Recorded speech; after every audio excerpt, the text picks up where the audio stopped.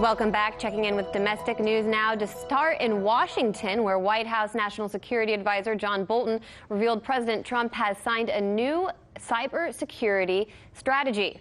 Bolton told reporters during a conference call, quote, "For any nation taking cyber activity against the United States, they should expect we will respond offensively as well as defensively." The plan is the first of its kind to be signed in 15 years. According to the White House, the strategy's main components include strengthening the cybersecurity of federal and critical infrastructure, improving incident reporting and combating cyber crime, protecting U.S. companies from intellectual theft, creating an international cyber deterrence initiative, exposing and countering online intelligence and information campaigns, and finally, by promoting internet freedom and American enterprise abroad. These are just a few aspects of the strategy, which can be found in full at whitehouse.gov.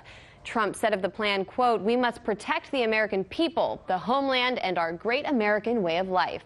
While many of these points may sound like a fancy defense policy, what does all of it really mean? With cybersecurity in question, I spoke earlier with former UK MP George Galloway to decode the strategy.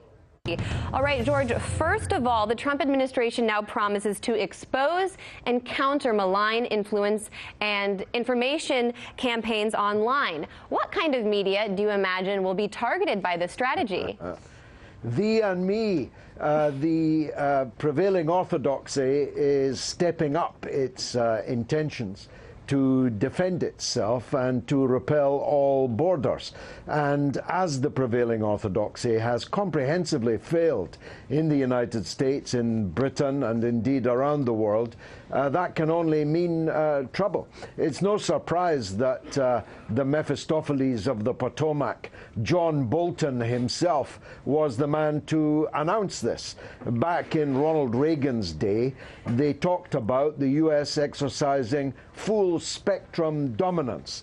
They meant at that time the Star Wars program and the rest, but that was before Al Gore invented the internet. And now this is a second draft of an attempt at full spectrum dominance. And I think it's doomed to fail, actually, because this genie is out of the bottle.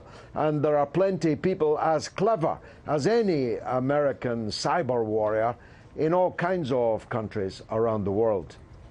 And we imagine perhaps that Chinese and Russian media often fall under the microscope when talking about malign influence campaigns and whatnot. The U.S. government is often using that language to, censor this network, perhaps.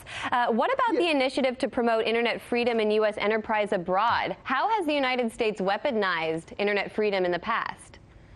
Well, this is George Orwell's 1984 as a manual rather than as a novel. To say that you're promoting internet freedom whilst clamping down on internet freedom, to say, as the document does, I've read it, that it's about the defense of privacy, when in fact it is the very antithesis of privacy. This is pure doublespeak in the classic Orwellian sense. But the problem for the United States is that American ideals, as they like to think of them, cannot be weaponized because they're not popular. People don't want them. People want their own ideals, their own national ideals, their own cultural ideals, and there's nothing unique or, dare I say it, exceptional about American values that the rest of us are prepared to accept being shoveled down our throat. So again, this is doomed to fail, not just because the internet is inherently incapable of taming, it's the wildest of mustangs, but because you can lead a horse to water, but you can't make it drink. George, since we have some time, I want to ask you about one other story that fits in line with this theme of internet censorship. Documents recently leaked to the Wall Street Journal show that Google employees actually discussed and debated whether or not they should manipulate search results back in 2017 after Trump announced the travel ban, and pretty much they wanted to hurt the Trump administration's policy there and help other search results come up higher on the website. Does this news concern you? Yes, I mean, these mega corporations, Bezos, the owner or controller of Google, grew $164 million richer every single day in the last 12 months. And that's just him. The company as a whole, and Facebook and other companies like them, have unwarranted power. And if people are really concerned about the republic, really concerned about democracy, we have to get to grips with these powerful corporations, because they are being allowed to effectively, like the deadly upas tree under which nothing can grow, make sure that no competitors emerge in this battle of ideas. And it's an affront to democracy, it's an affront to the American Constitution and the interests of the American people, to have such a corporation blatantly manipulating what it is that they are able to see on Al Gore's internet. We really have to fight for real freedom, not the Donald Trump policy announcement freedom today. Right, and you don't have to support the travel ban or Trump's policies in order to see how dangerous it is for a company like Google to have that power.